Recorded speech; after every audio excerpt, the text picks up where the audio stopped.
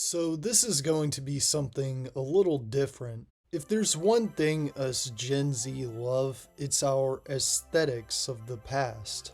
Whether that be Y2K, Fruitager Arrow, or Dreamcore, or whatever. There's something interesting about revisiting long abandoned styles or styles that bring you back to certain times like this. But even as someone who grew up in the 2000s with a lot of 2000s stuff, I was also surrounded by the remnants of the 1990s. And so I've always had this weird nostalgia for the decade. It feels like it gets glossed over in terms of aesthetics, you know? You had Vaporwave for the 1980s, and then there's Y2K and Fruitager Arrow, and people rarely ever talk about the aesthetics of the 90s. One of the biggest sources of my nostalgia for that decade seems to be video games. I feel in terms of coverage outside of people who already like video games, 1990s games are kind of obscure in the grand scheme of things, wedged between the much more iconic 1980s and 2000s. Like, you rarely ever see 90s games if video games are in TV shows or movies or anything, unless it's from that time. Video games have obviously changed a lot in terms of aesthetics, but thanks to the rise of indie games in the past 20 years, older styles have been able to have new life be breathed into them. There's a lot of indie developers willing to revisit the vibe of certain older games, but I feel there are certain styles in video games, mostly from the 1990s, that have been completely abandoned since and never go discussed, but I'm quite fond of them. So in this video, I just wanted to take a look at a few of these and sort of explain my fondness for them. This is just going to be chill and rambly, so don't take this super seriously. But before we begin, I want to thank today's sponsor, you. Thanks for watching. So a lot of modern games aesthetics come from trying to imitate the limitations of older hardware, with a lot of games going for either a low color, pixel art, or low poly approach. But one of these aesthetics that's a product of limitations that I never see get brought back, despite having a lot of charm for me, is the look and feel of cutscenes for a lot of the PC Engine CD games. I mean, it's obvious why, given the platform's relative obscurity, but let me explain why I find these so charming. So, when you think of really early CD games, you usually think of the three dreaded letters: FMV, full motion video. Full motion video, opposed to video that isn't full motion. While animated FMVs are well liked, live action ones not so much. For a while, most CD-based systems placed heavy emphasis on games with FMV to the point where a lot of them could barely even be considered games, until after the rise of the Sega Saturn and PlayStation, when CD-based games that were actual games started becoming the rule. However, while this was true for the Sega Mega CD, the Philips CDI, the 3DO, and a lot of other systems that were coming out during this flood of CD-based systems, this wasn't really the case for the first ever commercially released CD-based gaming hardware. NEC's PC Engine CD-ROM released in 1988. Even after the introduction of the improved Super CD platform for the system in 1991, most cutscenes in PC Engine CD games are very distinct from the FMV cutscenes in other games of the time. Oftentimes, characters will only move their mouths and nothing else, and other movements are very stiff and rare. Events will often be placed in the backdrop of plain, usually black backgrounds, and if there's a lot of movement going on, usually it will be letterboxed. Like, honestly, a lot of these look like they wouldn't be out of place on cartridge-based systems like the Super Nintendo or even the Game Boy Advance or an arcade game. A lot of them feel like they're barely even a step above the cutscenes in the NES Ninja Gaiden games. But if you've ever played these games or watched these cutscenes, you would know they all carry this same distinct vibe. I love it.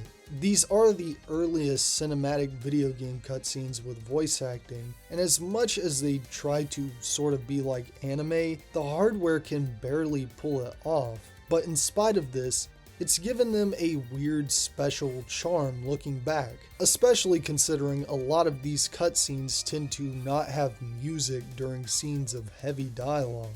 That, combined with the black voids these scenes usually take place in, make them feel otherworldly. Another source of charm was the usually awful voice acting in the ever so rare English releases of these games.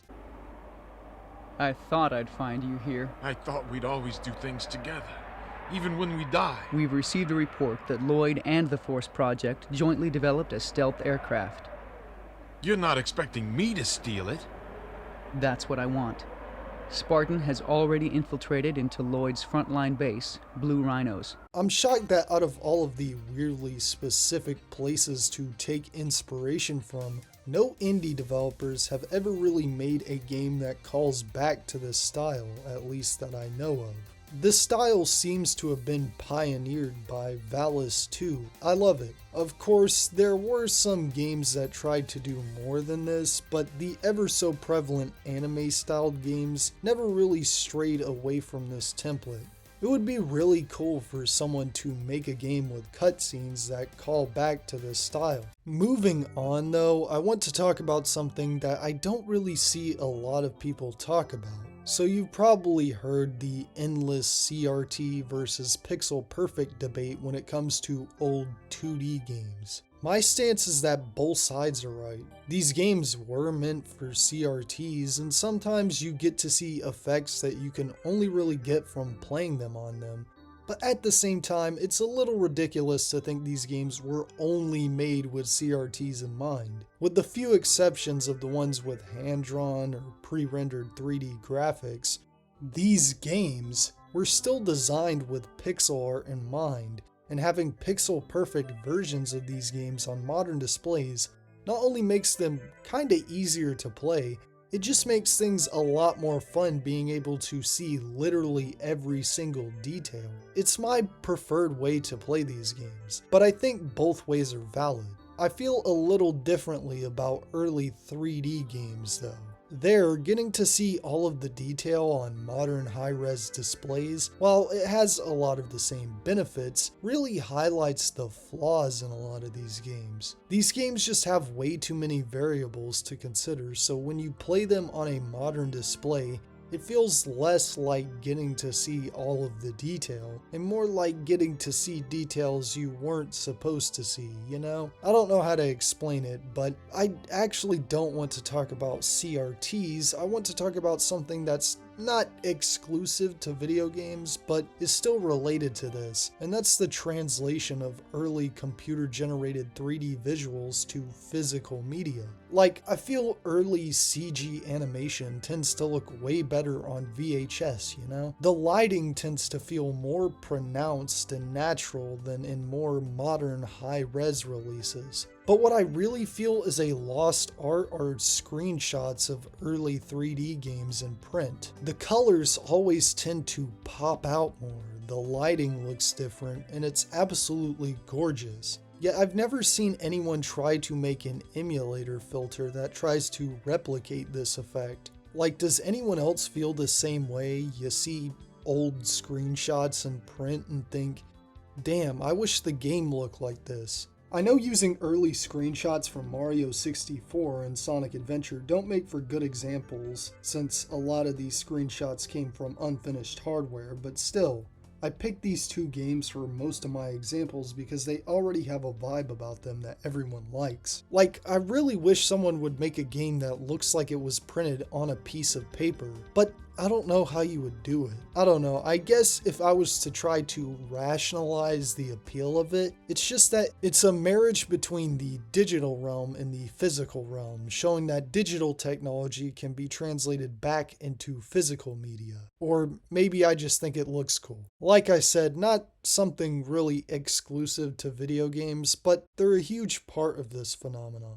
You know, I've been talking about the way things look for a while, but how about how things sound? Video game music really doesn't sound like it used to, and I don't just mean because of the progression of technology. I mean, there was a certain style of music for even the early CD games, and I can't really explain it because there were a bunch of styles that all feel like a collective, and I pretty much never hear these styles get called back to.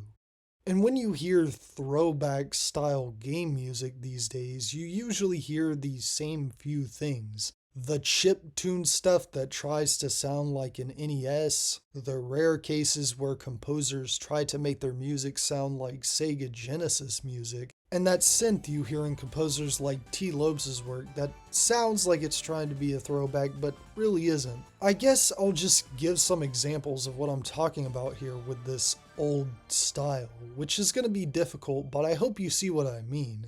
I just want to talk about some styles that never get called back to, and I'm pretty much just going to let the snippets, some from obscure sources, others not, speak for themselves. If that annoys you, I don't know what to tell you, but I'm doing this because I don't know what to tell you. The biggest thing to me is that old CD music just felt more dreamy, you know?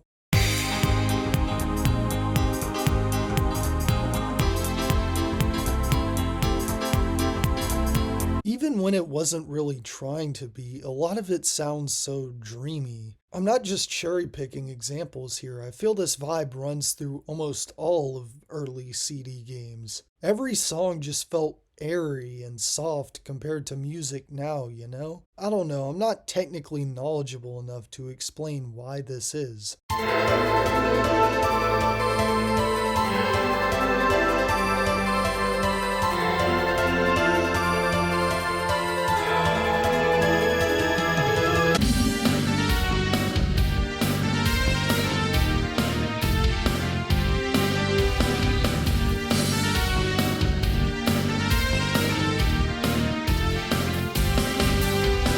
One thing I really loved from this era of video game music that sadly isn't coming back in any major projects are the synthetic orchestras. I get that real orchestras are just better, but there's just a lost charm to these early games that didn't have the budget for that, trying to have epic orchestral music. I don't know, it's kind of like the pixel perfect versus CRT debate. The synthetic orchestra just lets me hear all of the details perfectly, you know? I especially love how this kind of music sounds on the Super Nintendo.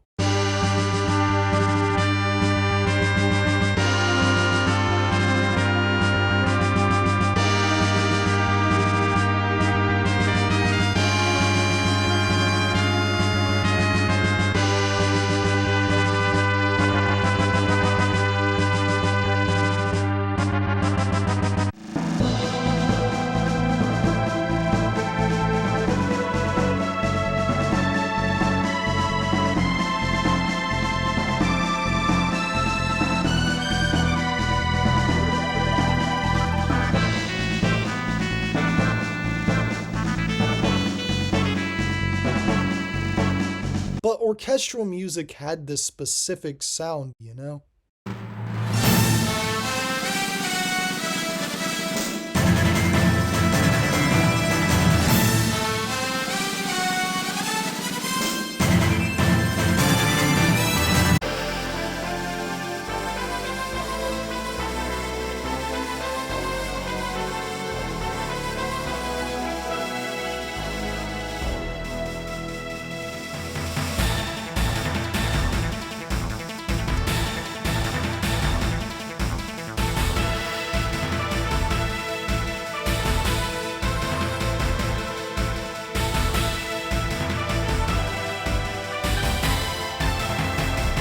But a lot of early CD games, rock style music, even if it's trying to be really hard, feels a lot less in your face and more airy, and I really like that. It also has a bit of a 1980s feeling, even in the mid-90s games. I can't really explain it.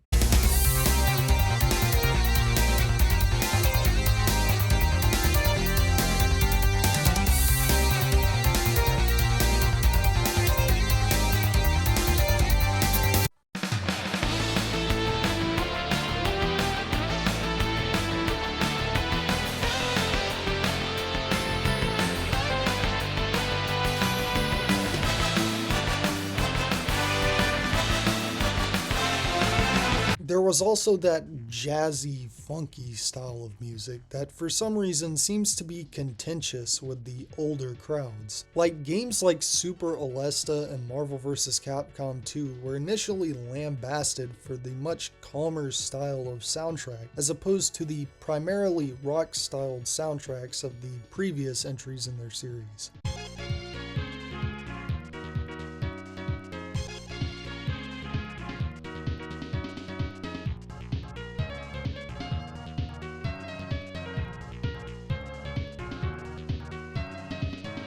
I wanna take you for a ride. I wanna take you for a ride. Of course, now I think most younger fans can agree that these soundtracks are dope and definitely fit the vibe they were going for well. Video game music doesn't always have to be so aggressive, you know? But there was a really specific style of funky that these composers went for back then that I love.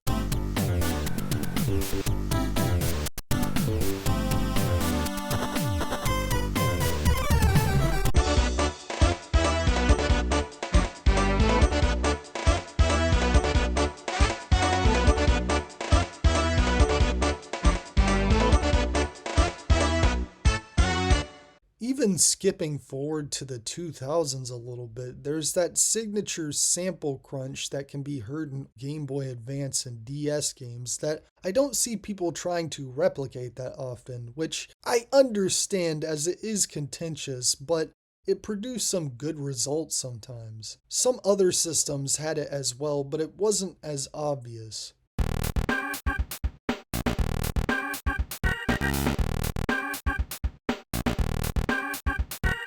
I really would have included more examples, but I could honestly just go on forever, so I only included these select few because I felt they best illustrated what I was talking about. Hopefully you get my point. At first I thought the reason so much of this music sounds the same was because they were all arranged with JV-1080 sound modules. But that actually first came out in 1994, so that doesn't explain why a lot of the earlier CD games carry this vibe. I don't know what's different, but a lot of this early CD music feels so airy and dreamy compared to everything else. And I really wish modern composers would really try to put some effort into trying to replicate these styles as closely as possible in newer games. The closest I've seen it done is for some of T. Lopes' music for Sonic Mania.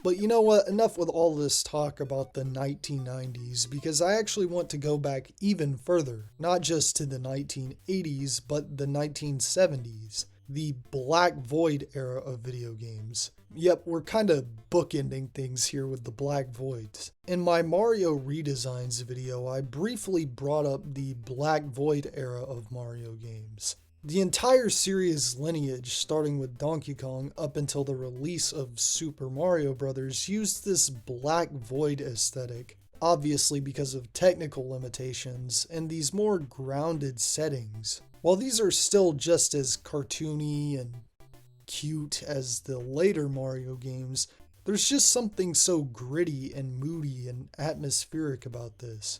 The same applies to the early space shooters of the era, which are often devoid of music or have minimal music, and it creates this lonely, hollow atmosphere. But my favorite thing about these Black Voids is how they make the colorful aspects of the foreground elements pop out more, and even besides that, being limited to 3 or 4 colors forced every design to have a stronger visual identity. I also find these star fields from Galaxian and Galaga to be absolutely beautiful. They remind me of Christmas lights. I can't be the only person who thinks this, right? Despite the kind of haunting atmosphere these games provide, there's always some kind of comfort in the loneliness. You know, I'm the kind of person who finds liminal spaces kind of comforting. Weirdly, I find this kind of look from these games, and even something like Pac-Man, found its way into an unexpected place.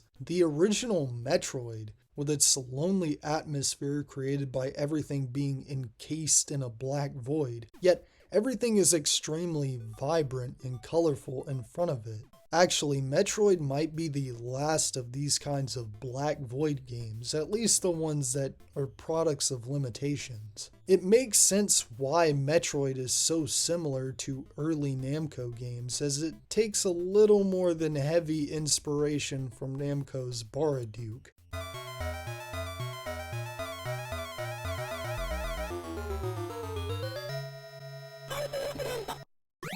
I don't know, I'd describe it, especially Namco's early Famicom games, and even those magazine screenshots I was talking about earlier, as like desaturated saturation. I really love it. That being said, I'm glad Metroid abandoned it, as the super colorful designs are a little too bright for something obviously meant to be a little more chilling. And yeah, that's honestly really all I have to say.